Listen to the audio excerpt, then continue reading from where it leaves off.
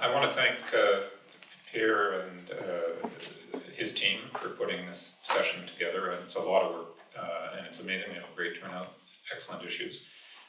Also want to thank CIBC, Power Sustainable, and others who are funding this initiative. It's fantastic. Kudos to you for supporting this. We have a great lineup of panelists. I don't want to get in the way of it.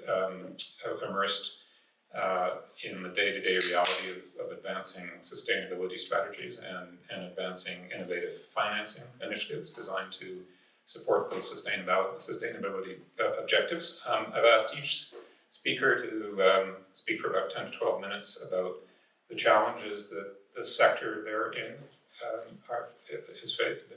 the challenges the sector is facing, the challenges the specific organizations they're a part of are facing, what's been working and has made a difference and potentially a long-term lasting difference, as well as where they think there's still room for improvement. And part of the opening remarks today from Pierre were about the importance of digging into the hard stuff as well. So where are things, where can we still improve? Where do we have work to do? So I will ask each panelist to introduce themselves, although just quickly, Marc Barbeau from Air Canada, Vanita Mels from the National Bank, Delia Christia from Power Sustainable, and Amira Dast from the John Molson School of Business. So without further ado, Marc, over to you. Merci Robert, merci Pierre, merci aux organisateurs. So I'll just talk louder for now. Donc Marc Barbeau, chef des affaires juridiques chez Air Canada. Having joined Air Canada 2.5 years ago, I was before then in private practice, like Robert, in a Canadian law firm called Stikeman Elliott. I joined Air Canada 2.5 years ago, therefore, and at the time when we had 16,500 employees, we're now at 37,000 employees. So the story of the last 2.5 years has been an interesting one, not linear. It's been about rebuilding an industry, also rebuilding a company. And a rebuild process is not a linear thing. So every time I get the opportunity to speak to people, some of whom may include some customers of ours, I thank you for your loyalty and your trust over the last 2.5 years. So we, and I also, Robert mentioned, I also am an adjunct professor at McGill's Law Faculty. And in fact, I tell my students, a few of whom are in this room, since I joined Air Canada, that actually teaching at McGill is the longest professional endeavor that I now have in my life. I used to practice law at Stikeman Elliott for 30 plus years, and now it's been teaching at McGill for 25 years. So, look, I'm very much looking, I'll say a few remarks about what we're doing in Air Canada to set, if you will, the stage, but I am very much looking forward to hearing the remarks from the other panelists and obviously to having your questions and your comments. So a couple of things about the airline industry that we should be mindful of. There are two things that I'd like to start with. The first is, it is necessarily a very modern industry, relatively speaking. Not as modern as tech companies, but it is a modern industry. And it got organized on a global scale. And the reason why I'm saying that is there was something called the Chicago Convention in 1944, which got all the governments at the time. Airlines were owned by governments for the most part. Governments got together, they signed the Chicago Convention about how it is that this airline industry, which involved these things that would fly over borders and across countries, how this would all be organized in a way that was safe and reliable and appropriate and acceptable to governments. In the Chicago Convention, there are a bunch of appendices. One of them was on the environment. And that was about propeller noise. Now, I'll grant you that what we're going to talk about is remote from that time, but you can see from the start, and this is what I would call an advantage of the industry got together and actually thought, governments, industry, were thinking in terms of what are the issues that are important to our industry. Safety first and foremost, reliability, but also the environment was there. That in due course, decades later, led to, I think, the first global agreement in an industry relating to emissions. And that's CORSIA a few years ago. So that kind of thinking and approach is actually an advantage in the industry in which I work and live. A disadvantage of our industry is that we're dealing, I'm a professor of law, we're dealing with the law of gravity. And the law of gravity means that to get a plane in the air with its passengers, its cargo, takes a huge amount of energy. And that, until we find a way around the law of gravity, that's kind of a basic starting point in our industry. That actually converts into something of an advantage here, because ever since energy prices have increased, which started actually particularly in the 1970s, our industry's alignment with cutting emissions, being more efficient, have been aligned. And so the progress that has been made over many years, before even people were thinking in terms of emissions, the progress was made, for what it's worth, for economic reasons. Okay? And so planes have gradually gotten more and more and more efficient, engines as well. So the A220, just to give you an example of it, the A220, which is the C series, originally from Bombardier, now the Airbus 220, which we are an operator of, the A220's efficiency relative to the plane it replaced is 20% more efficient. And so that kind of progress shows you kind of how the drive to making lighter planes, more efficient planes is there. And so that's a good thing, both economically, but for purposes of our discussion today, from a sustainability point of view. So I spoke about the law of gravity and the energy it takes to put planes in the air. And we may, if you want, we can get into, well, what are the emissions? And we, at Air Canada, we've been reporting on our sustainability efforts for more than 10 years. We have a corporate sustainability report. I won't walk you through it. It's on our site.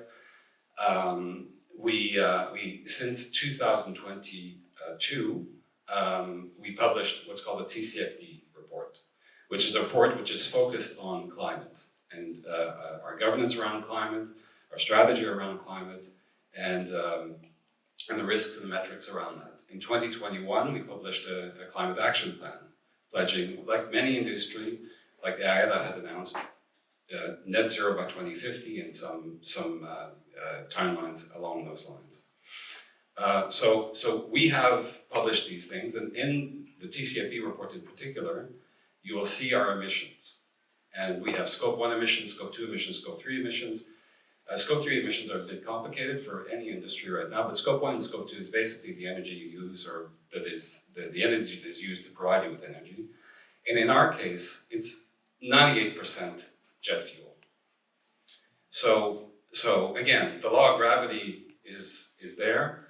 It means it takes energy to operate planes. It means that the equation for an industry like ours, and you're going to hear from other industries which have, if I'll put it that way, energy portfolios that are much more diversified than in our case. In our case, we do a lot of things other than dealing with jet fuel and aircraft, and we intend to continue to do these things. We can make things more efficient, flight paths and things like that, but essentially the equation is about the fuel and it's about the aircraft. The aircraft, so I'll start with the aircraft first. The aircraft come in waves. Right? It's not like cars. You don't get a new car model every 2 or 3 years. You get a new aircraft, it takes decades to develop, maybe not decades, but many, many years to develop. Lots of money. Bombardier and the Canadian government can attest to that. Lots of money to develop a new plane, but when they arrive, you have typically kind of a jump in efficiency and all kinds of great things that make those planes more efficient.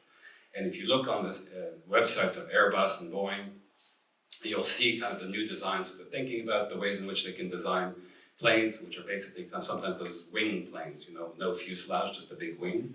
So there's those ideas that they're tossing about. We're invested in one company that's looking to develop an electric plane, a hybrid electric plane. And there are a couple of initiatives like that around the world. I think people are talking about hydrogen and things like that. But these kinds of technologies take a long time. So when you think about what are the challenges, that's one challenge. In our case, we know we can do it. As an industry, we know that this has happened because we have 30 years of history well, for that matter, 80 years of history as an industry where you have these leaps of technology that make our planes or aircraft more efficient, but it takes time, it takes energy, and it takes resources. The thing, though, then, if you turn to the other part of the equation, is fuel. And fuel, there is a way to produce, not just for us in the airline industry, but generally, there are ways to produce biofuels. In fact, we used our first biofuels in one of our planes 10 years ago as a test. You know, like many in the industry, we're trying to see what could this work, how could this work, and etc. That is probably the biggest challenge for us. And it's not something we control. We need producers of, it's called sustainable aviation fuel, SAF. We need producers to scale up their production in order to produce enough SAF to make a difference. Right now, I think the number is, if we were, it's 1% of the SAF that is needed is being produced. We need to get that ramped up quickly. When it happens, airlines like ourselves will be there prepared to, use that SAF, but it has to be available. So that's the number one challenge that we face right now. And of course, lots of people are thinking about it. The US are thinking about it, and I know Canada is thinking about it. We're working with an organization called CSAF, Canadian SAF, which is thinking about ways in which to do it. We would be a natural country to produce SAF. We know it, we have the plants, we have the engineers, we have everything that's needed to produce SAF. But that's going to take time to scale it. It takes a lot of money in order to develop and design plants and then bring them online. Other than that, let me just, maybe with the 2 minutes I have, okay. So one of the, just from a regulatory point of view, I spoke about our corporate sustainability report, about the TCFD report. These are all things right now that by and large we're doing voluntarily. We and others in the industry and other industries are reporting on emissions, and so on. One of the big things to follow for this group and others are the regulatory requirements that are going to come primarily for public companies like ourselves. The SEC has published things for US companies. Canada is going to come out with some new rules. There's something called the ISSB IFRS standards that are now going to be, that have been published this summer. They now have to be incorporated into Canadian law and domestic laws everywhere. And that will basically take the TCFD framework that we're familiar with and basically enhance it into not just voluntary reporting, but into mandatory reporting. So will that happen by the end of this year? No. All indications are that CSAs, the Canadian Securities Agencies, are going to publish something hopefully by the end of the year. That would mean implementation sometime in a year or 18 months. So that's something to follow. In Europe also, they have corporate sustainability reporting guidelines that are coming on stream. In the case of a company like us, a Canadian domestic company, probably those won't become mandatory before 27, 28 type of timeline. But already we're doing some sustainability reporting voluntarily because frankly, that's what our stakeholders expect us to do in the Canadian market and elsewhere. That's it. My own time. Super, thank you. So it's a pleasure to be with you guys. I'm seeing some familiar faces that I saw a few months ago, so it's a pleasure for me to be with you. My name is René Dames. I'm a Senior Vice President in charge of all the real estate financing at National Bank across the country, including private banking for our clients. So on a day-to-day basis, what are we doing? We're financing construction of condo tower, multi-res unit, industrial facilities, retail and all that. So we're doing construction for, let's say, half of our business, and the other half is commercial mortgage on those type of assets. So we're managing roughly 25 billion of financing with a team of roughly 200 people across the country from Moncton to Vancouver, within all the different provinces. So technical issue. So look, what is ESG at National Bank? We're all focused on all the Paris Agreement commitment from the country, and we're integrating that in our own objectives. And it's all the United Nations. As you can see, there's over 9 objectives that we're integrating in our operation. And we're quite proud to be aligned with those key factors of changing the world and moving the needle in the right direction. And now ESG versus my own industry and my clients on the real estate side. So environment, we're pushing a lot on that. The energy consumption, as an example, carbon footprint, raw material that is used into construction and all that. So we're playing with all those variables and trying to reinforce the fact that it's quite important for our developers and operator of buildings to integrate that. So we're asking questions, we're sending questionnaires since this year to know what's the footprint of our own clients and what's their game plan to decarbonize their own building and or operation. And we're tracking, let's say, since this year, the improvement that they're going to do, because you will see later, we're quite involved into all that dynamic and ecosystem that we have. Look, it's good to send questionnaire to clients, but we need to do our own effort. So we just built our new head office on the new Place Banque Nationale. So it's a LEED Gold building, wellness. So it's really great. We just moved in, and gradually we're moving from the old building to that great new building. So it's a good way to, I can tell you, to motivate employees, clients, and all that, and just to show that we want to encourage to promote our client and buy locally. 90% of all the suppliers involved into the construction were from Quebec or Canada, and were our clients. So it's to have a kind of a community approach when you have projects at a different level or a different industry. So it's a good way, and you're seeing all the great things that you can see in this building. And I was talking to you about the ecosystem. You're seeing the governments putting new regulations and politics. There's the capital market as well, who's pushing on us as a bank. You have the portfolio managers, it's us, the bank, life goes and all that. And property manager is where our clients are playing with their own building. So there's pressures and engagement that they receive from local government, from different municipalities, and for us, we're clearly in the middle of all that, and receiving pressure from our investors and or regulators. It could be OSFI and all the government arms that are regulating our industry. So we're roughly in the middle of all that. So we're quite involved with what we have to do all together and with our clients.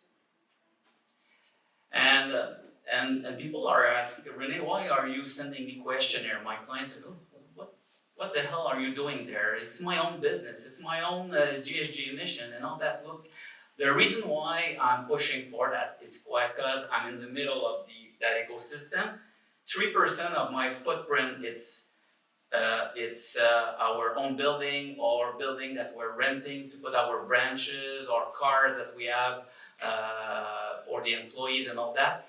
97% of the GSG emission, it's finance emission. So all our clients that have loans with us at National Bank, indirectly, I'm receiving, let's say I'm financing 50% of a building that is emitting, let's say, 100 tons of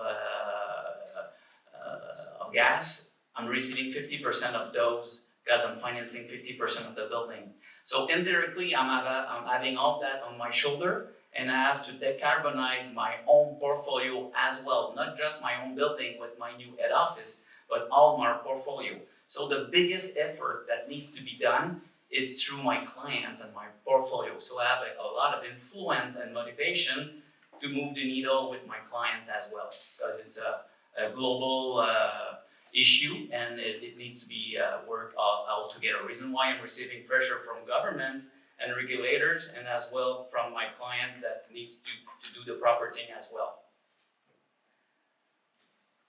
And on top of that, it's nice to do the right thing for the environment, but on top of that, there's a lot of risk that even if you're not doing anything, let's say there's a lot of risk, and some of those risks are you can have revenue loss clearly because your vacancy rate, let's say just compare our old head office with the new one. If you have to choose, a tenant needs to choose between those two buildings, they will go at the best place, the lead goal where everything is there for the employees, people are happy. The other one, you have difficulties to see outside, so you don't want to stay there. So the occupancy rate will be higher on one side versus the other side. So there's a lot of a risk to keep a building like that and not moving to the next step. So the cost increase, financing, let's say on my side, I'm starting to do a differentiation between brown and green. So there will be additional costs, insurance and all that, energy, as you can see. And someone who's not doing anything versus ESG and trying to have a great environment for people and tenants, they will have an asset obsolescence eventually. So there will be a problem. Attracting talent. It's helping me to attract talent when you have a great building, a great environment, place to live and to work. I think it's clear. And negotiating with different municipalities when you want to build something different, or you need to have a rezoning of a project to do higher, adding density and all that. You need to negotiate with authorities, and you need to integrate ESG as well, and penalties that you can understand that could come with it. I was mentioning there a clear differentiation that is just starting between brown and green. To give you an example, actually the office market is in trouble because the occupancy rate with the pandemic is really difficult. And what we're seeing that for me, if you don't have a green building, let's say LEED Gold or BOMA Gold in the office sector, I'm not considering your financing anymore in that bucket of financing. So just to give you a clear example that there is clear differentiation between brown and green, it's where we're playing more and more and trying to influence the market and our clients. It's really where it's interesting, it's the value creation cycle of what we're doing from the beginning to the end and how it's working. At the beginning, you have a project. A client comes to see our team. We have specialists. We have account manager that we train to have those kind of discussion with clients, with promoters. So they come with a project, and people can say, "Okay, I want to do green." Okay, but what's green? So the definition of what is admissible as a green loan or not, we call that taxonomy. It's a new word that I get in touch with a few years ago. So it's great for Scrabble playing. So that definition is really important. And for us, you need to be LEED Gold or BOMA Gold or doing that extra. Let's say if you have a retrofit, it needs to be 30% more efficient after than before. Those kind of definition. And if your project is meeting those criteria, you're admissible for getting a green loan. And you have a commitment, let's say in a project, to get there. You have engineers that will follow the project to make sure that you're delivering what you told us to do. And from there, there will be the realization of the project. So we're going to monitor the disbursement of the loan or the loan itself and have a follow-up on that.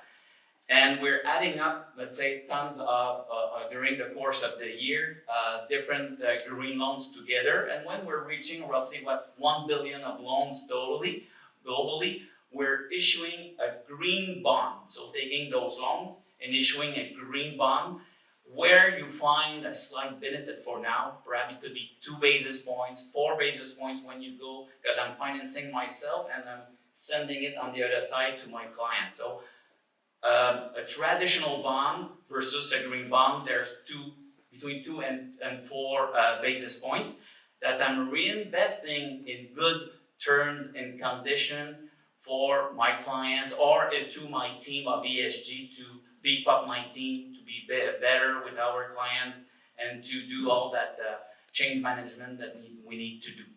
So Because when a client is doing the extra mile to be green in my taxonomy, I'm trying to bring, let's say, better terms and conditions. That could be a better interest rate. It could be a better amortization of the loan, so better for the cash flow of the company.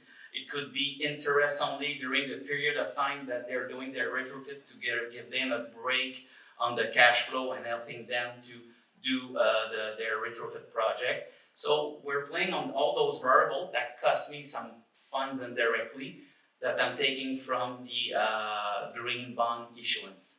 So it's that cycle that we're trying to do. And the good news, just last year, because we just started that in my business a year ago, we were able to issue 800 million of green loans. And next year, the objective is to do 1.5 billion of green loans. So bringing people to do better and better and pushing them towards our global objective to decarbonize our industry and a book of whoops. And the belt. Yes. So here the game plan is clear. First, you need to measure and declare. It's the first step, the starting point. Set the objective, develop the strategy, take action, and each year you're looking at what happened and see the evolution.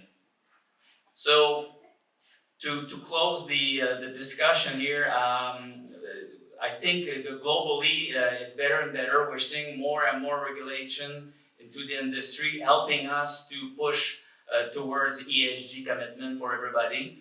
I think Canada is clearly behind Europe in terms of regulation and ESG, but it's getting better.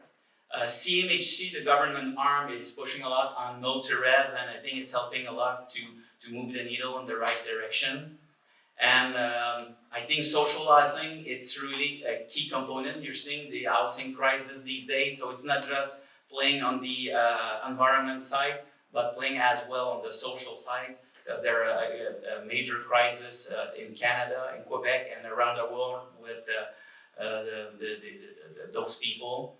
And it's there, as I was mentioning, there's a clear differentiation between green and brown that we're seeing more and more. So there's a lot of opportunities there for us. It's a lever of growth and not just a painful thing to integrate in our things. For me, it's in our daily discussion with clients, and we're seeing more and more of traction in the industry for that. So I think it's encouraging for the future. Great, thank you. Turn it over to you. So you've had aviation, and now the perspective from within a bank on particularly the real estate sector. And Ilya's going to take us to a different vantage point, Power Sustainable, which is involved in many different sectors. So over to you. Indirectly involved in many different sectors. So good afternoon, it's lovely to see you all. It gives me a lot of hope, actually. Power Sustainable is an alternative asset manager. What does that mean? Well, we're also a subsidiary of Power Corporation of Canada, which is a financial services conglomerate. What does that mean? We're in the sustainability space, but mostly climate focused. So the three areas that we focus on are decarbonization, resilient communities in climate scenarios, as well as transition. What does alternative asset management mean for those of you? I mean, probably 90% of the room knows, but still there's a lot of jargon in our space, so I'll start with that. We take money from large institutional investors and family offices and invest them on their behalf in mostly climate solutions. I was asked to talk about challenges, and challenges are many. Power Sustainable started out in 2019. We have no legacy in non-climate space. So we started with a climate framework. We decided this is what we want to focus on. One of the first challenges is actually finding capital. So we work with institutional investors, mostly pension funds, banks, but also family offices. As much as you would think that everybody by this time is focused on sustainability and greening their portfolio, it is still a challenge. Why? For multiple reasons. I think one of them is pension funds, banks, they still need to make returns for their shareholders. And there is an assumption or wrong assumption, not from their part, but from the market in general, that it is hard to do good and do well at the same time. So they need to meet their shareholder returns. There is a fiduciary duty that they all have, either towards their beneficiaries in the case of insurance companies or pension funds, or towards their shareholders. So this is a key focus. Finding investment products that actually deliver on returns and on the risk framework that are necessary in order to meet those fiduciary duties is hard. The learnings that we have so far are we work with those who we know have a decarbonization portfolio. They're forward thinking in terms of getting there.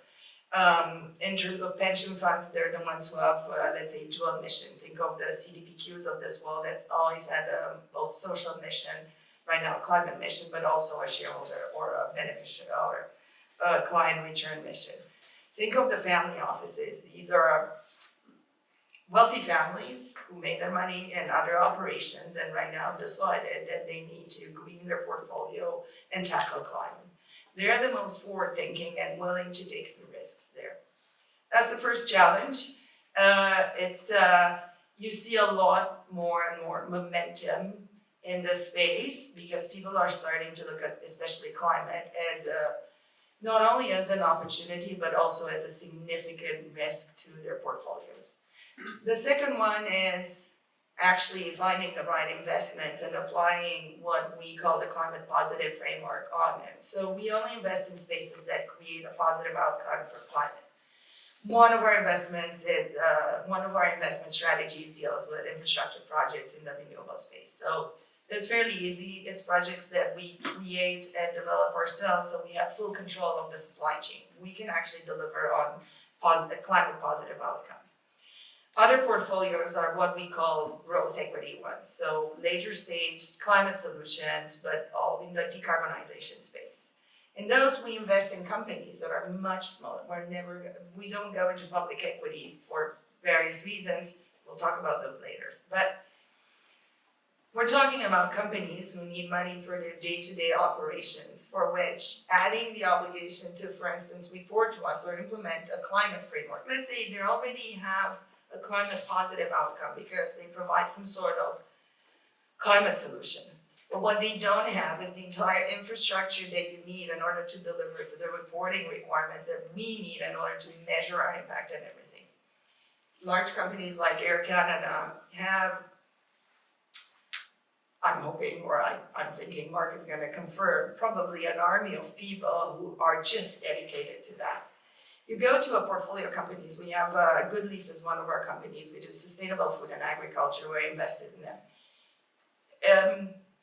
They have a very limited amount of resources to actually dedicate to that. That doesn't mean it's not important. So how do we solve it? We usually provide the support for it. And we don't do it alone, we do it with other industry partners who are interested in having an impact. The 3 and 4, policy and talent. You heard it from Mark, you heard it from René, and you're probably going to hear as well from Amir. There's only so far that the capital markets, that the corporates can go without policy. One of the issues in the policy space for us, the asset managers, for the financial industry like National Bank, is that we don't speak the same language. Some of us, and because we don't have regulation, not yet, not in Canada, and even in US, it's pretty dodgy. We don't have a framework that defines what a green investment is, what a proper transition investment is. We're following the European framework. You've heard about the SFDR, the Sustainable Finance Disclosure Regulation. There's another one coming for corporates, actually recently announced. North America uses different frameworks, the TCFD and another. For the most of us, you heard the alphabet soup, that's the inside joke. There's so many frameworks, everybody chooses whatever they can, they try to do their best, but because we don't have a common language, you can't even quantify who's doing well and who's not. This is where the policymakers step in. This is where they step in to support the industrials as well. Yes, companies like Air Canada, companies like the oil and gas sector need help, need support, in order to get there. Policy is also required. You've heard of tax and incentives. And you've heard of disclosure requirements for corporates. Until the corporates speak the same language and measure the same things in terms of climate impact, the work is not done. Last but not least, and the reason I'm here, talent. Climate, as much as social impact, but climate specifically is an all sectors issue. And it's not recent as an issue, but maybe we recently woke up to it. What you will hear, probably from Amir as well, is that we do not have enough talent out there specialized in this sector in order to tackle the issues. And when we talk about talent, we talk about lawyers who understand sustainability disclosures, climate disclosure, and are able to deal with that and are able to advise on it. Accountants who know the ISSB rules, because they're going to be very important for the future. We need engineers, we need policymakers, we need healthcare workers, we need education, we need talent from everywhere, and the talent starts here in McGill, so hopefully there's going to be more of that to come. And And working.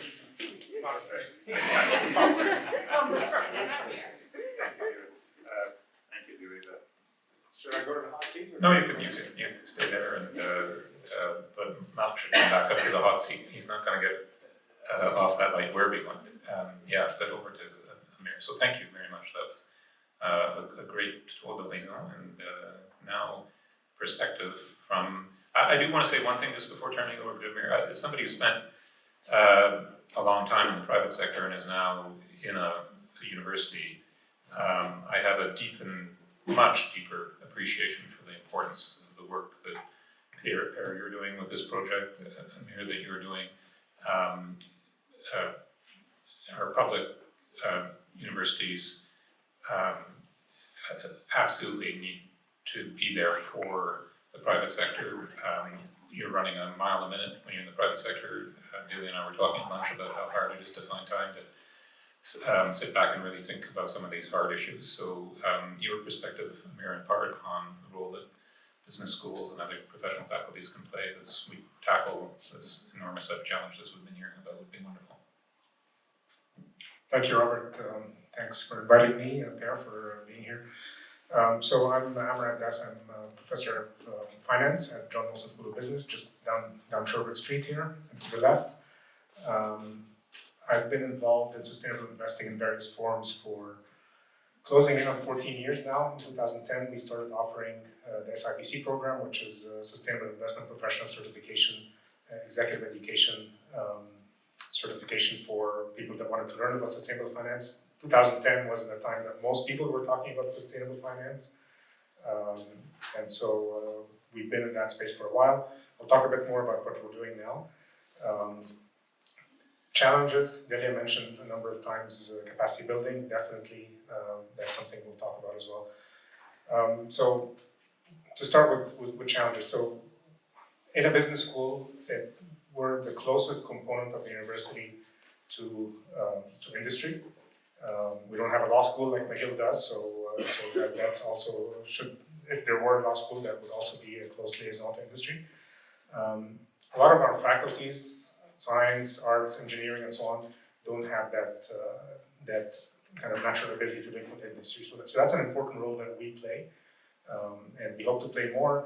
We've now announced what's called Plan Net Zero, which is a plan to decarbonize our campus. The idea being that Concordia is like a micro city in a way, right? We have buildings down the street. There's a whole quartier Concordia, and we have the Loyola campus as well.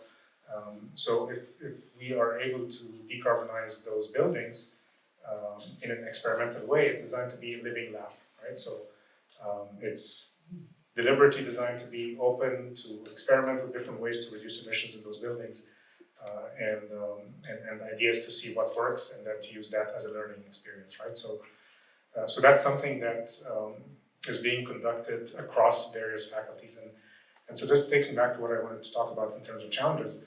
It doesn't come naturally for faculties within a university to collaborate with each other, right? Let alone for universities to collaborate with each other as well across universities.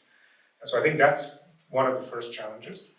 um, that universities face is to how do you encourage that collaboration, right? And I agree with what my colleagues have mentioned before in terms of climate change being clearly the biggest challenge of all, right? So ESG, there are lots of things there. If you break it down to granular data points, we're talking about hundreds of data points, right? But none of them is existential and transformational. Existential meaning climate change is an existential risk to our species. The planet will go on, right? But it's our species that is seriously threatened, and it's becoming increasingly clear every year.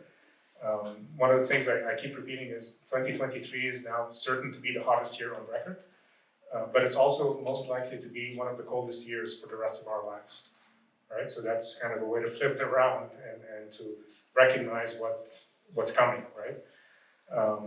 And so climate is clearly dominant, right? So I think it's really important that we focus on climate as the one thing that is a massive challenge in what it poses for us as risks, but also the transformation. It's an incredible, unprecedented opportunity, economic opportunity, investment opportunity, right? That's why Power Sustainable is in the business. That's why National Bank is giving a few bips and discounts on loans because they see the value in giving those loans because a more sustainable business is ultimately a better credit, more worthy client. So the challenge here is this is a whole of economy approach, right? It's not that the business school can tackle it alone or engineering school can tackle it alone. Engineering come up with all kinds of brilliant inventions, but they're not really equipped to transform those into viable businesses or commercialize them, right? So the business school can help there. But then that takes me to the challenge inside the business school. And I think it ultimately has to do with the way that the academic model has evolved over many years, right? Which is we have a lot of pressure from the top. The president and the leadership and the deans of the various faculties are really pushing and embracing sustainability. Concordia has developed a sustainable action plan that cuts across all its operations in terms of emissions directly from operations, in terms of research, learning and education, the pedagogy, and also investment, right? Concordia is an investor in both foundation and the pension fund. So that pressure exists from the top. From the bottom, from students, right? Young people are certainly a lot more sensitized to the challenges posed by climate change. But then the core, the faculty are where the biggest challenge is, and that's the economic model, which is the incentive for most academics is to publish so they can advance their careers. Certainly in finance, publishing is hard when it comes to the subject at hand, which is climate change. The first thing a finance professor will ask you is where's the data, right? And Olaf is probably an exception because he's been working and he's on the next panel, but he can tell you more about this because he's been working and publishing successfully in this field for many years. But most finance faculty will ask a question about data. Data is a big problem, right? We heard mention of TCFD and ISSB and SASB and various standards. There still remain a lot of holes in the data. So a lot of finance faculty are reluctant to get into the business of dedicating part of their career to publishing on climate-related or sustainability-related subjects. So that's a challenge. Also, a lot of faculty members lack the incentive beyond the publishing to do something new, right? And I'm being very open and honest here, right? For me, it was a personal interest to get into this. But for a lot of faculty members, like, why should I bother? Especially once they reach a certain stage of their career. So that's been a big challenge for us, I think, internally, and I would assume for many other universities as well. That's probably going to become less and less of an issue over time.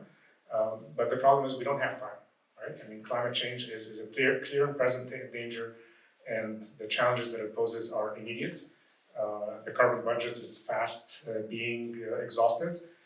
And we can't wait another 5 or 8 or 10 years to get enough data to start looking, how did emissions affect performance? And did I get a statistically significant result? And then someone will challenge, this is data mining and out of sample testing and all that stuff, right? So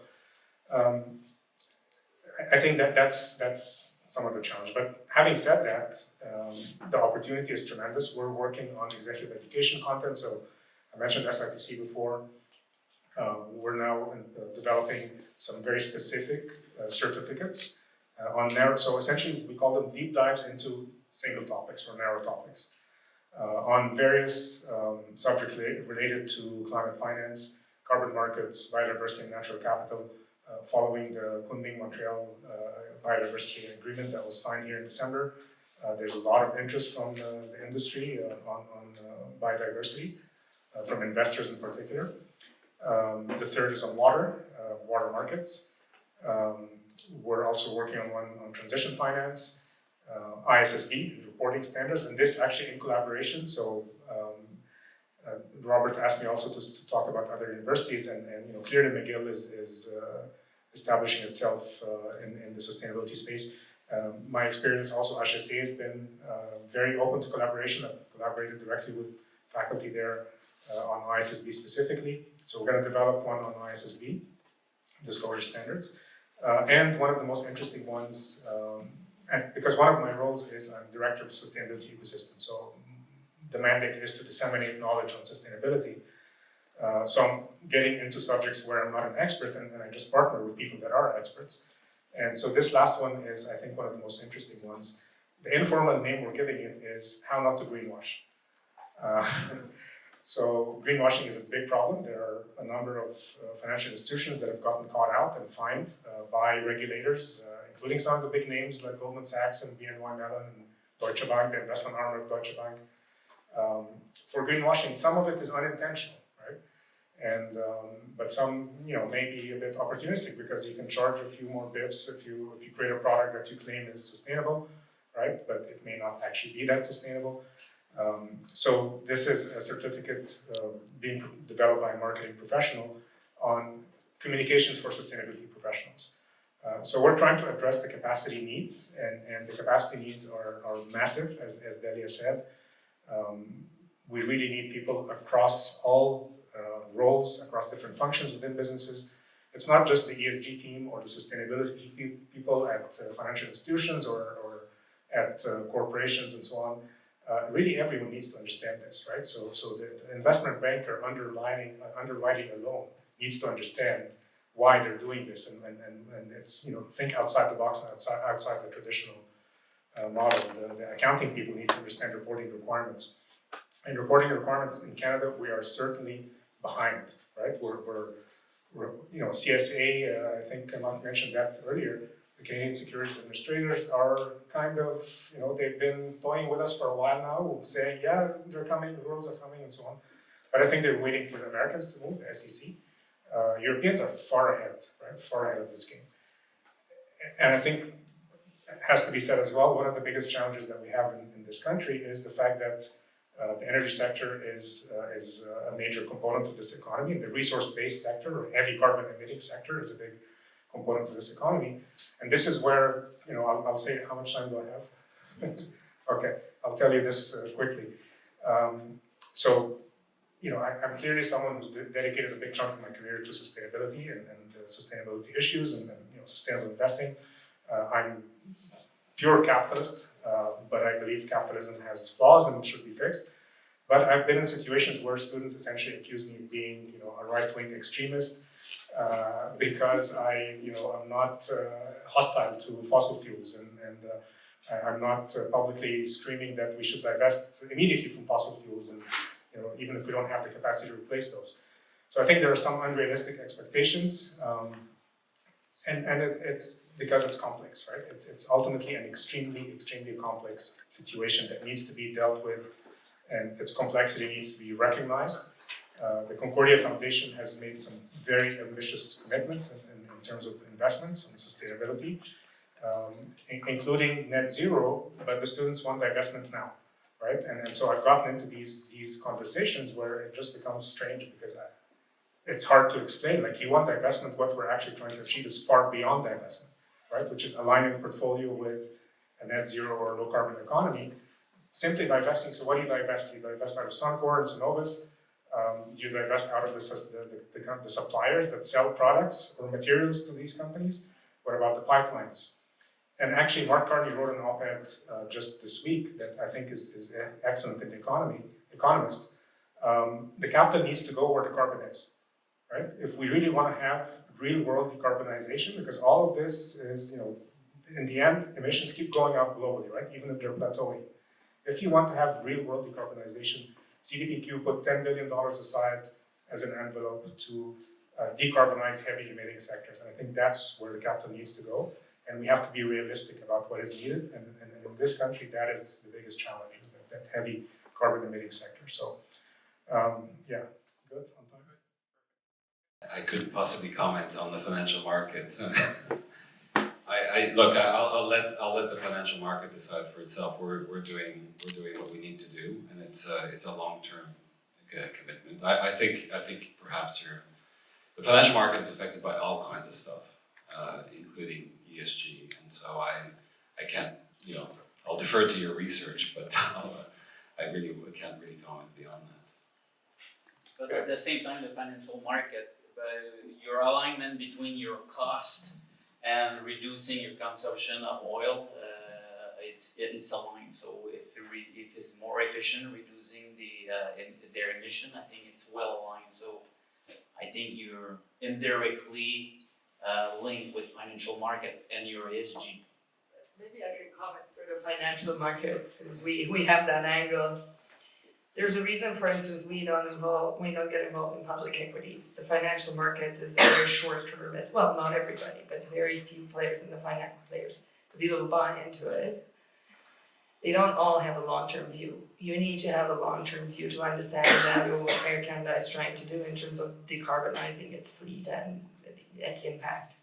But, and this is where the regulatory comes in. The financial markets are influenced by quarterly reporting that's still required by our regulators. So it's hard to, I understand why it's hard for the GC to also answer that question, because it's a loaded one.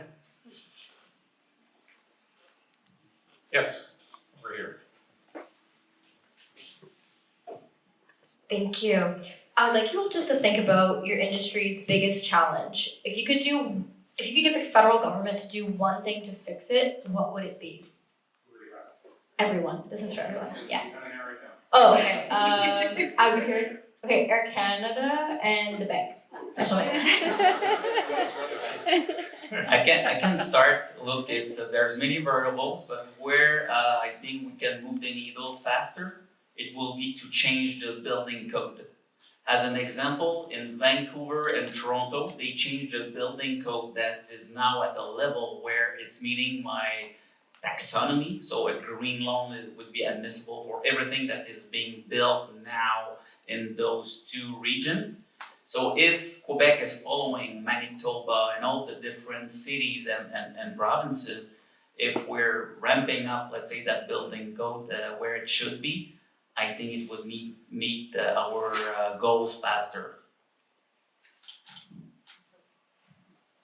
I think it's look, could the Canadian government do something that would be helpful to the industry? Yes, but I think as long as the government is doing something, because it's one planet, it's one atmosphere, and if they're directing funds to any element that helps reduce emissions, that's a good thing overall. And we represent as an industry roughly 2% of emissions globally. And so, if the government is making priority choices, they, as long as they're making some choices, that's what counts. And they are obviously doing some choices right now. But, obviously, if they could support the transition, that would be great, particularly in the field of SAF. Next question. Yeah. Thank you. I just want to add a couple of more comments with respect to the comments of National Bank. It is not just the building code. There are a couple of other things that has to be added to that one. For example, zoning, living zones. For example, Outremont, Westmont, Town of Montreal have plenty of open spaces, but they are single family living. So they cannot rent them, they cannot divide them and the rest of it. And finally, patrimonial commissions that do not allow retrofitting. So those needs to change too. Thank you. effectively many variables. It's a complex complex problem, and I'm always promoting density and doing better and developing around transportation and reduce, let's say, the usage of cars and all that, and being more affordable. So there's many good things that we need to do effectively. But the good news is there's a lot of upside. If we would have done everything and we're at that stage of the game, I would be disappointed, but I'm seeing a lot of good things that can be done again. Okay, thank you. Next question. My question is for Delia, and I'm also interested in what Renee and National Bank have to say about it. I'm very interested in renewable energy, but then also the issues that come with that are the materials needed coming from the mining industry. What is your stance on that, and should we be investing in the mining industry to support the renewable energy transition, and how they're linked? I'm just curious what you guys think. That's a great point. So, renewable energy indeed has supply chain issues. So we can't assume, and it's funny because our investment team said, why do you need to do a climate analysis? We're doing renewable energy, for sure, we're great for climate. That's not true. You gotta do the full supply chain analysis and you might have some surprises. Do we need to invest in mining and minerals? Yes. We can't, there's some easy assumptions made about fixing climate, and yes, people have focused on energy transition for a long time. There's three different sectors that are growing exponentially right now, and we're starting to address. One is built environment, exactly, building codes and everything that has to do with cement, construction, industry. Second of all is food and agriculture. The third one is oil and gas. The fourth one that we don't talk because maybe it's not the growing emissions environment, but it's critical to our future, is mining critical minerals. We have the capacity for it in Canada. We don't address it. They're the key to the future. And they're very important from a geopolitical point of view. So I do think it is critical path to decarbonization. I don't think we figured it out.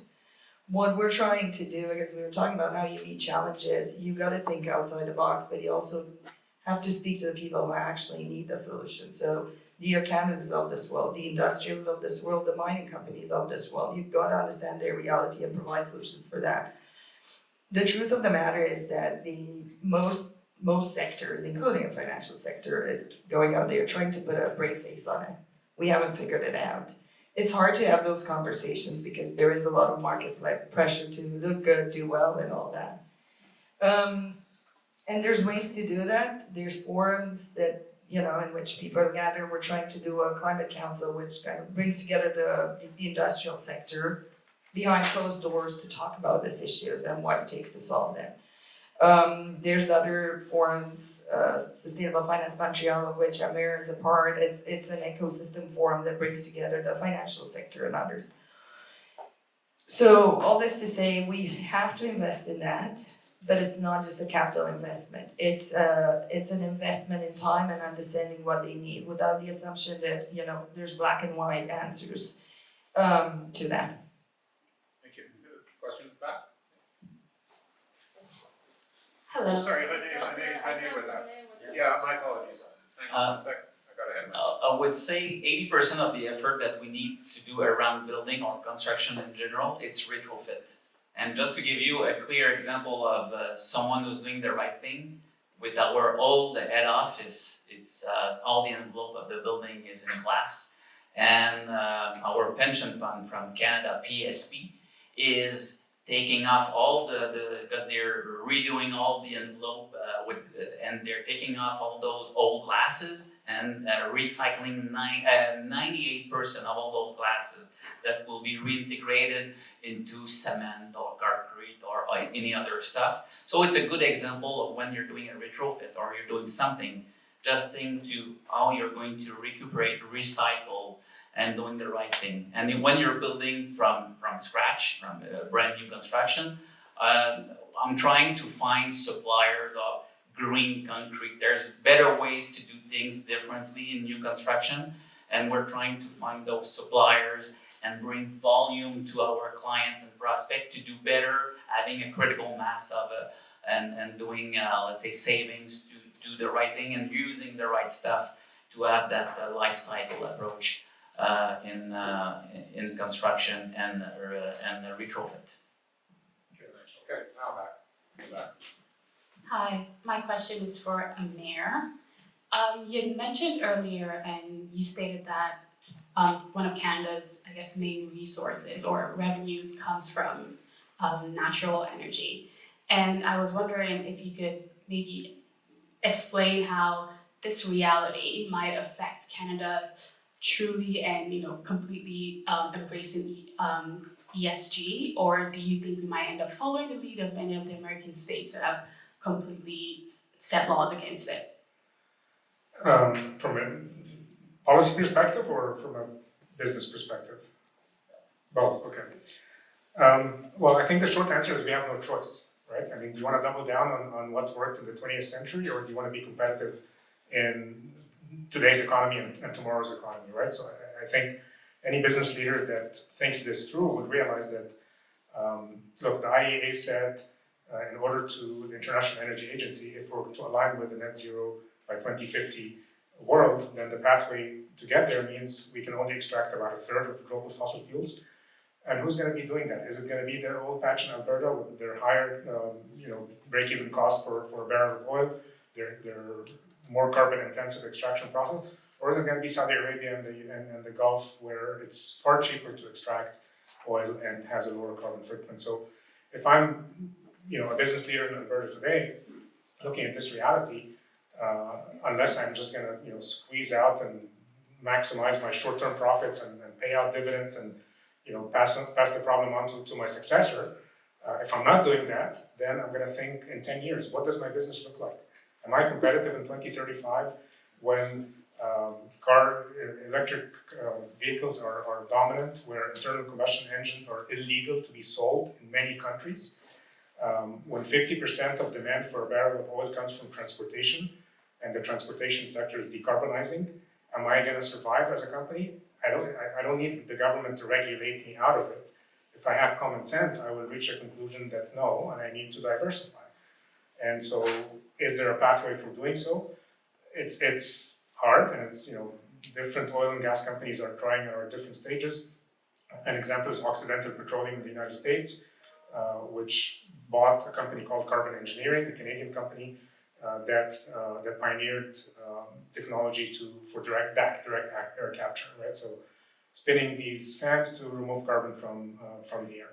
Now, the break even at this point is $500 a ton, something in that range, which is not affordable. But the hope is that with investment and scale, and of course with subsidies from the Inflation Reduction Act in the US, that they would be able to do that. And so they paid $1 billion to buy this company. And there are lots of projects. The scale today still is in the thousands of tons per year. We need that to go to millions and eventually to billions of tons per year. But that's one example of an oil and gas company that is looking to decarbonize. What is the role of governments? Obviously, to internalize the externality, right? Which is price carbon, not to, do the opposite, which is what some politicians would like to do. So I think that carbon pricing is a no-brainer. It's the most efficient. There's a brilliant economist here at McGill called Chris Reagan, who wrote a lot of papers and studies on that. And carbon pricing is the cheapest, most efficient way to address this externality of carbon pricing. So, if the question is on what governments can do, obviously that's one important role they can play. My question is for Mr. Balbo, specifically about the role of governments in the airline industry. So you talked about biofuels, which we know are it's an alternative to the solution that the ICAO always speaks about, and as you mentioned, it's really the efficiency of airplanes and more importantly, probably biofuels. But as a company officer, and biofuels cost so much more money, how do you balance that, like the goals of ICAO's goals of net zero emissions by 2050, along with, I guess, the tight profit margins in the airline industry, but also the way countries internationally have to sort of agree to produce biofuels in flight process. So for example, if Air Canada sends a flight to a country in Asia that doesn't care much for biofuels, well, how does that affect the way Air Canada operates and whether they'll fly to a country like that in 2050? So this is down the line. And I'm kind of wondering how there's a balance to be struck between profit and cost and also governments producing these biofuels and who will bear the cost of them.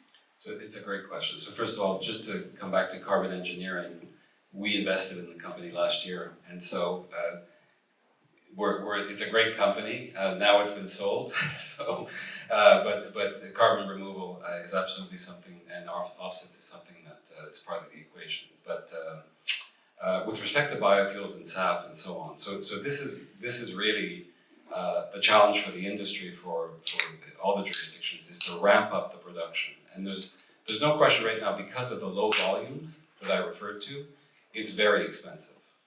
And so the challenge is to get through that period of ramping up the production so that the production meets the demand, okay? Once you get there, the theory would be that things will even out because you'll have sufficient demand, production to meet the demand. One of the things about SAF and biofuels is that it can be produced, it doesn't need to be in the ground. So it can be produced pretty much anywhere in the world if the right conditions are put together, and I appreciate there are all kinds of other issues around how you produce biofuels and SAFs that have to be addressed, but it actually can be produced pretty much in any jurisdiction around the world. But you're absolutely right, there's going to have to be a ramp up of production that comes and meets the demand, and it won't be like in one big step. It's going to have to be gradual over time. And I think there's a limit. You're gonna be at zero, let's say in 2050, for all the business. So the airplanes needs to go in the sky, and it won't be with air that you're just going to fly. So at the end of the story, it will be probably other technologies like capturing, let's say, the emissions through new technology like deep sky that we're hearing more and more in Quebec.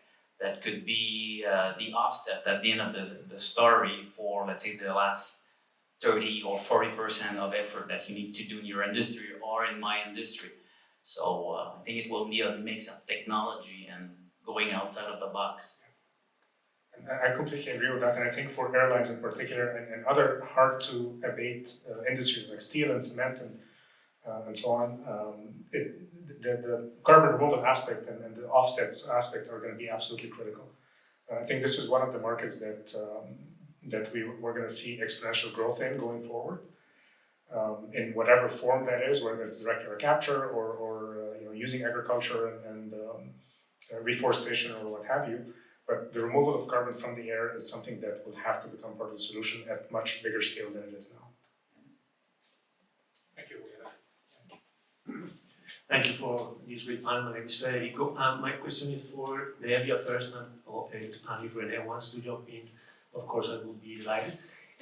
What is your assessment about the operation of the mining corporation, the Canadian mining corporations in the Global South? The conversation has been mostly about how businesses operate within the Canadian context, but of course we already know that Canada and particularly mining corporations in Canada are very important in the Global South. So how do you assess their commitment with ESG and their impact in the local communities and in their countries? And for Rene, the point will be, how do you assess their operation financially, and to what extent it is also responsible sometimes to finance some projects that are clearly detrimental sometimes to the environment. Of course, they got funding from Canadian banking, but sometimes the impact is highly criticized by different stakeholders and shareholders in the Global South. Thank you. Thank you for the question. So, full disclosure, we do not invest in mining companies in Canada or elsewhere. Because we're climate first, we can only, for instance, finance a transition project for a mining company. But we wouldn't, for us, mining it's not a climate solution. It is a sector that needs to be decarbonized. with that in mind, you can't leave it aside. I can't comment more generally on Canadian companies. I know the stories. Do they need to get in a better space? Yes. What does it take to get there? First of all, we were talking earlier about critical minerals, the way to the future. We need to work with Canadian companies. Capital is needed for their transition. By the way, there's some great solutions out there. Carbon capture is one. There's green aluminum being made, but requires a huge capital injection.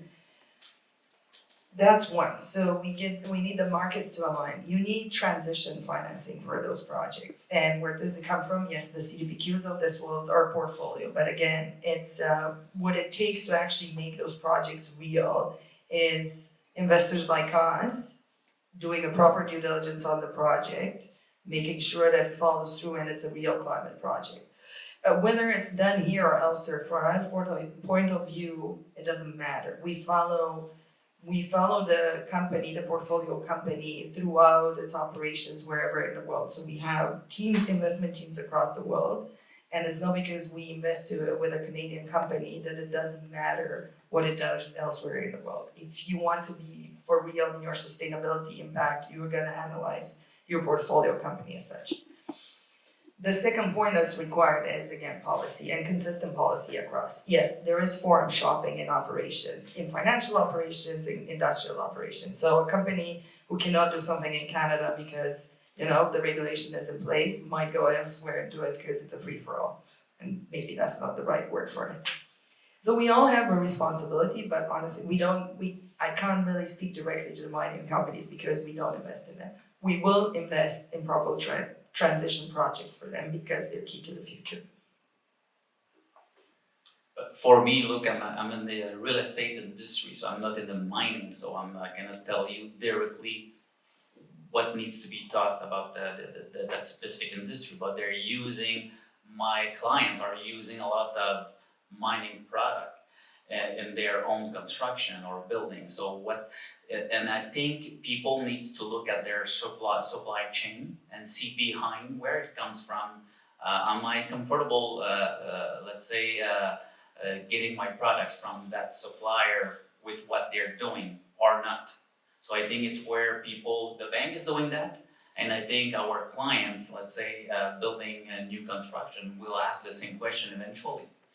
Let's say they're using batteries to store, to do energy storage in their own building. They will make sure that the batteries at the end of the story are getting recycled and not and doing another cycle with another battery eventually. So it's way of thinking in the life cycle of a building, making sure that at each steps you're making the right choices. Thank you. I would have a question for Delia and Renee once again. So I'm wondering, how do we remediate the investors and capital markets focus on short-term returns when a lot of ESG investments are profitable but only so in the long term? So do we need government regulations and incentives or even penalties and fines to skew the market in the direction of the long term, or how could we remediate this problem? I can start. Look, the investors, I can tell you that all the pension funds, all the big investors, BlackRock and all that, they have ESG in their own, investment principles. So they're asking questions. What's your game plan? Where you are? Where are you going? So there's tons of pressure, I would say positive pressure.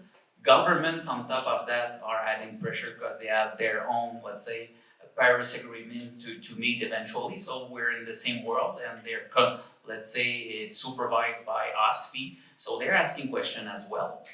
And you have rating agencies that are rating you on where are you versus your commitment on ESG. And eventually knowing that Europe is in advance from us, I can raise capital in Europe eventually, but if I'm not a good corporate citizen on ESG side, I cannot issue bonds there anymore because I'm not meeting the minimum criteria to be admissible to that market. So eventually it's coming from different sources, but it's good pressure.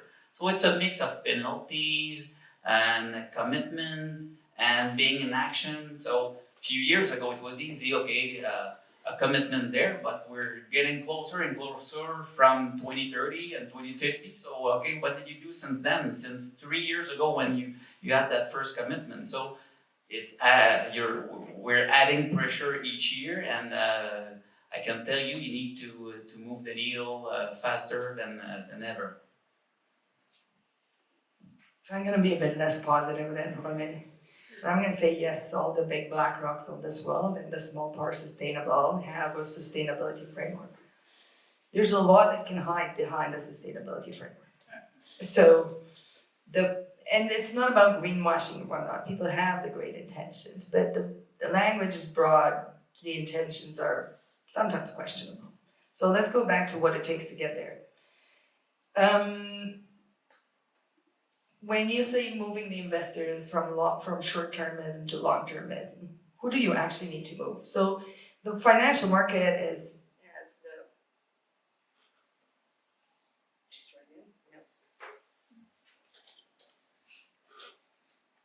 You were told they might die at some point.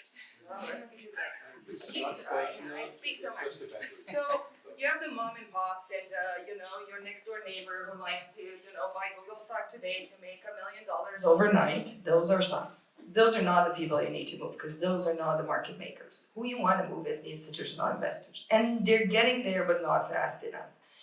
The big institutional investors are the pension funds, the banks, and the life goes of all the life insurances of this world.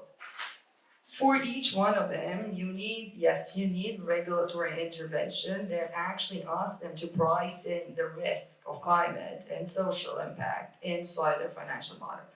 The ones who are fastest waking up to it are the life insurance companies. Why? Because climate is an immediate risk and a palpable one already to their operations. Not only life insurance, the insurance companies in general. There's Californian real estate that's no longer insurable, or we can talk about how other issues are similar. The pension funds are slowly moving there because for them it's not only a risk, but it's also a long-term opportunity. The banks, some are forward thinkers and some are not. They're all gonna get there, but they're not gonna get there fast enough. So you need the government to step in and ask them to price the externalities. You need the OSFI, the financial services regulator, to step in and ask the banks to do proper climate disclosure and price the risk and model according to not a 1.5 pie in the sky plan, but a 2.5, 3, because there might be a reality. And then we need the rest of us to give up on a little bit and maybe to stop trading Google stock overnight, because that's not what's going to make or break this planet, even though maybe most people like day trading. I don't know if that answers your question. There's hope, but there's a lot of work to do. John, I think you at the back. Yep. Go ahead. You want me to just shout it out? Yeah, just shout it out. Question for Renee. Renee, first, all of you panelists are great. You've helped me recalibrate my thinking, so thank you for coming, number one. Number two, Renee, you're in a very pivotal role, right? Because in terms of carbon emissions, the airline's 2%, right? Buildings, 40% when you talk about embodied carbon, which is the cost of carbon emitted when you build the building, and then the operational carbon, 40%. And you're already creating levers to move things forward. So now I'm asking you about the bankness and now the building itself. When you talk about LEED, it costs more money to have a LEED building. But you built a LEED building. Did you do a financial analysis saying, the benefits associated with a LEED building, higher occupancy rates and happier clients? Was there a positive benefit, and can you quantify that benefit for me? It's a great question. I was asking the same thing to engineers because I want to extend my terms and conditions to my clients to help them doing the right thing. And there's no data, or it's tough to take ESG component in an equation and say, here's the value of ESG, what I've done in my new construction versus conventional construction. So it's tough to take it off. But it's so logic, all the indirect impact. Let's say for our employees, just imagine the motivation and when they wake up in the morning going to the new head office versus the old one. We're not in the same world. We're just seeing the vibe, the energy, the fun that people have to collaborate together, attracting the talent, keeping the talent internally. People are talking about our tower. Wow, what a great place to live and work and collaborate. So it's not just financial. There's a value creation that is direct and indirect. And for us, it was a no-brainer to go there for our employees. So it's not just legal, it's wellness. We have a daycare, we have a gym, we're composting, we're recycling. Composting in a big tower like that of 40 floors, it's a challenge, but we're not perfect. I'm not saying that, but we're trying to change mindset. It's tough, just in Montreal, 35% of people are composting. Probably some of you didn't start it yet. So I think everybody needs to do an effort, and all the employers and building the communities like a new building where people are living and working, we need to change it. There's a change management that needs to be done. So there's a huge impact in many variables when you're doing the right things. Okay, we've got at least 3 more questions in 7 minutes, so Simon, sorry I overlooked you. Noor, and then Marvin, and then Susan. Quite all right. Thank you again for the panel. It's informed and very helpful. So thank you very much for all your remarks. A few times now we've heard that the regulatory space and standard setting in Europe is 5-10 years ahead of our own. So I'm wondering if any of you, and maybe it's most fair to ask the mayor, I don't know because I don't want people speculating about their regulators if they don't want to, but why? Why are we so far behind? And the mayor made a couple of comments about the proposition of the public markets in Canada that might be partially informing that. And then the second half of the question is, and what about the largest financial markets of the South? What's your assessment of where they are and where they're going, and how do we get caught between those, and how do you think about navigating those? Yeah, great questions. I've been holding off asking a question because I want others to ask questions, but just looping in on Simon, could you also offer your thoughts on whether we've chosen the right regulator in Canada and in the US? Why are we piling this on the back of securities regulators who already have a lot of other things to worry about, as opposed to creating a different kind of regulatory body that might be better able to focus on this? Well, yeah, I'll answer that question first. I mean, Canada's complicated. Sorry, answer Simon first. I'll loop it in because, I mean, first of all, here really OSFI is the only one that's moved significantly here. And that's because it's able to regulate federal institutions, right? Whereas the provincial regulators are the ones that regulate securities markets directly, and they're really kind of biding their time. I think your question is great, and the short answer is climate change is politicized in North America. It is not politicized, at least for most parties in Europe, even into the center right and beyond, right? And so that's created essentially an outsized influence from a lobbying perspective for those that don't want these kind of regulations.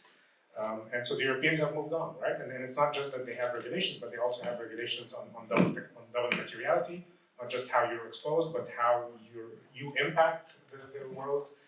They have a taxonomy and clear definition of what's sustainable and what's brown and what's green and so on. So I think that's the challenge. Having said that, we're not immune from regulations here just because our regulators haven't moved, right? If you're selling 150 million euros worth of product services in Europe as a Canadian company, you're exposed. Almost all the TSX 60 at least are exposed. California now has just signed a law by the governor. Every business, every company doing business, the definition of doing business in California is yet to be articulated. But essentially, if you want to do business in the 5th largest economy in the world, you will have to disclose your climate exposure, regardless of what Canadian regulators or the SEC does.